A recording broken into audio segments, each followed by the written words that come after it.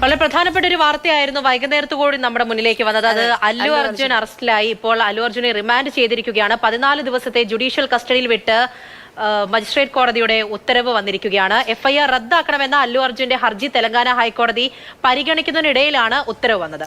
Case റദ്ദാക്കണമെന്ന നടന്റെ ഹർജിയാണ് പരിഗണിക്കുന്നത്. അതേസമയം അണിയറ പ്രവർത്തകർ തിയേറ്ററിലെത്തുമെന്ന് കാണിച്ച് തിയേറ്റർ ഉടമ പോലീസിന് നൽകിയ കത്ത് അല്ലു അർജുന്റെ അഭിഭാഷകൻ ഉയർത്തിക്കാട്ടി.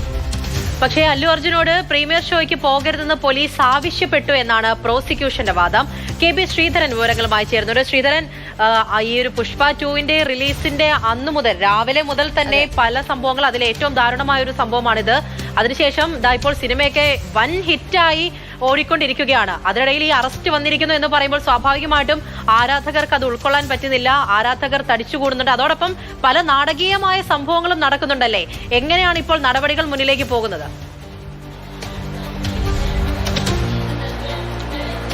വളരെ നാടകീയമായിട്ടുള്ള ഒരു പകലാണ് ഹൈദരാബാദിൽ ഇപ്പോൾ കടന്നുപോയിക്കൊണ്ടിരിക്കുന്നത്. ഏതായാലും ഇപ്പോൾ ഏറ്റവും പ്രധാനം, അല്ലു അർജുനെ നമ്പള്ളി മജിസ്ട്രേറ്റ് കോടതി 14 ദിവസത്തെ ജുഡീഷ്യൽ കസ്റ്റഡിയിൽ വിട്ടിരിക്കുകയാണ്. സ്വാഭാവികമായിട്ടും ഈ റിമാൻഡ് നടപടിയിലൂടെ അദ്ദേഹത്തിന് ജയിലിലേക്ക് പോകേണ്ടി വരും എന്നൊരു അവസ്ഥ ഒരു വശത്ത് നിൽക്കുന്നു. മറ്റൊരു കാര്യം, ഇന്നലെ തെലങ്കാന ഹൈക്കോടതിയെ അല്ലു അർജുൻ സമീപിച്ചിരുന്നു. FIR റദ്ദാക്കണമെന്നുള്ളതായിരുന്നു അദ്ദേഹത്തിന്റെ ആവശ്യം. അതായത് ഈ യുവതിയുടെ മരണത്തിന് താൻ എങ്ങനെയാണ് കാരണക്കാരനാവുക എന്നുള്ള ചോദ്യമാണ് അല്ലു അർജുന്റെ അഭിഭാഷകർ ചോദിക്കുന്നത്. ഈ അവിടെ പോകണം എന്ന് നേരത്തെ തന്നെ ഉദ്ദേശിച്ചിരുന്നു. പ്രീമിയർ ഷോയ്ക്ക് തിയേറ്ററിലേക്ക് താരങ്ങൾ എത്തുമെന്ന് കാണിച്ച് സന്ധ്യ തിയേറ്റർ ഉടമകൾ പോലീസിലേക്ക് ACP ചിക്കൻപിള്ളിക്ക് അപേക്ഷ നൽകിയിരുന്നു. മതിയായിട്ടുള്ള ബന്ധവസ്തു സുരക്ഷ ഒരുക്കണമെന്നൊക്കെ ആവശ്യപ്പെട്ടിരുന്നു. ആ കത്തിന്റെ പകർപ്പൊക്കെ ഇപ്പോൾ ഹൈക്കോടതിയിൽ ഉയർത്തിക്കാട്ടുന്നുണ്ട് അല്ലു അർജുന്റെ അഭിഭാഷകർ. ഏതായാലും ഇന്ന് കഴിഞ്ഞാൽ പിന്നിൽ കോടതിയുള്ളത് തിങ്കളാഴ്ചയാണ്. ശനിയും ഞായറും, രണ്ടാം ശനിയും ഞായറും അവധി ദിവസങ്ങളാണ്. അതുകൊണ്ട് തന്നെ സ്വാഭാവികമായിട്ടും റിമാൻഡ് ചെയ്ത സ്ഥിതിക്ക് അദ്ദേഹത്തിന് കോടതിയിലേക്ക് പോകേണ്ടി വരും. ഇനി ഹൈക്കോടതിയുടെ ഭാഗത്തുനിന്ന് ഏതെങ്കിലും തരത്തിൽ അനുകൂല നടപടി ഉണ്ടായാൽ മാത്രമേ അദ്ദേഹത്തിന് ജയിലിൽ പോകുന്നത് ഒഴിവാക്കാനാവൂ. അതുകൊണ്ട് തന്നെ ഒരു ഇടക്കാല ഉത്തരവ് ജാമ്യം എന്നുള്ളതാണ്. ജാമ്യ ഹർജി മൂവ് ചെയ്യുകയാണ് ഇപ്പോൾ അല്ലു അർജുന്റെ അഭിഭാഷകർ ചെയ്യുന്നത്. ഏതായാലും നിലവിൽ ഈ കത്ത് ചൂണ്ടിക്കാണിച്ചാണ് കാര്യമായിട്ട് വാദം പുരോഗമിക്കുന്നത്. അല്ലു അർജുനെ നേരത്തെ മജിസ്ട്രേറ്റ് കോടതിയിൽ ഹാജരാവുകയൊക്കെ ചെയ്തിരുന്നു. നിലവിൽ ഏതായാലും അല്ലു അർജുൻ മജിസ്ട്രേറ്റ് കോടതിയിൽ തുടരുകയാണ്. ഇന്ന് രാവിലെ ഏതാണ്ട് 10 മണിയോട് കൂടിയാണ് ജൂബിലി ഹിൽസിലെ വീട്ടിലെത്തി അല്ലു അർജുനെ ഹൈദരാബാദ് കമ്മീഷണർ പ്രത്യേക ടാസ്ക് ഫോഴ്സ് സംഘം അറസ്റ്റ് ചെയ്യുന്നത്. നടന് രാവിലെ അദ്ദേഹത്തെ എഴുന്നേറ്റതിന് തൊട്ട് പിന്നാലെ പിടിച്ചു കൊണ്ടുവരികയായിരുന്നു. വീട്ടിലുള്ള അതേ വസ്ത്രത്തിൽ തന്നെ പിടിച്ചു കൊണ്ടുവന്നൊക്കെ അദ്ദേഹം പറയുകയുണ്ടായി.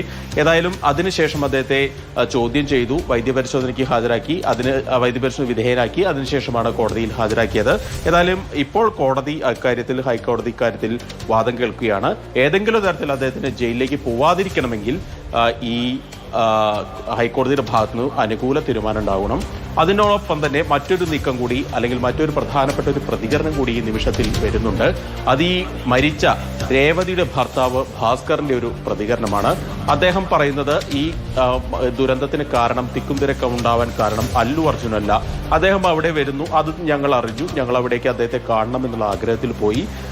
പോരാത്തതിന് മകന്റെ ആവശ്യപ്രകാരമാണ് തിയേറ്ററിലേക്ക് പോകുന്നത്. മകൻ അല്ലു അർജുന്റെ വല്ലാത്ത ഒരു ആരാധകനാണ്. ആ സിനിമ കാണണം എന്നുള്ള ആഗ്രഹത്തിലാണ് അവിടേക്ക് പോകുന്നത്. അല്ലു അർജുൻ എങ്ങനെ ഇക്കാര്യത്തിൽ കുറ്റക്കാരനാകും എന്നുള്ളൊരു പ്രതികരണമാണ് ഭർത്താവ് നടത്തുന്നത്. മരിച്ച യുവതിയുടെ ഭർത്താവിന്റെ പ്രതികരണം നമുക്കൊന്ന് കണ്ടുവരാം. నా కొడుకు మూవీ చూస్తా అంటే ఆ రోజు సంధ్యా థియేటర్లో మూవీకి తీసుకెళ్ళాను. మూవీ చూస్తా అంటేనే తీసుకెళ్ళాను. అక్కడ అల్లు అర్జున్ వచ్చినందుకు ఆయన తప్పేం లేదు. మేమేమైనా ఉంటే దానికి కేసు విత్డ్రా చేసుకోనికి రెడీ ఉన్నా. అది న్యూస్ కూడా నాకు పోలీస్ వాళ్ళు ఏమి ఇన్ఫామ్ చేయలేదు అరెస్ట్ చేస్తున్నట్టు. నేను ఇప్పుడు మొబైల్లో చూసిన, హాస్పిటల్లో ఉన్నప్పుడు మొబైల్ చూసిన ఇట్లా అల్లు అర్జున్ అరెస్ట్ అయ్యాడని. అల్లు అర్జున్కి అయితే ఏం సంబంధం లేదు వచ్చినందుకు.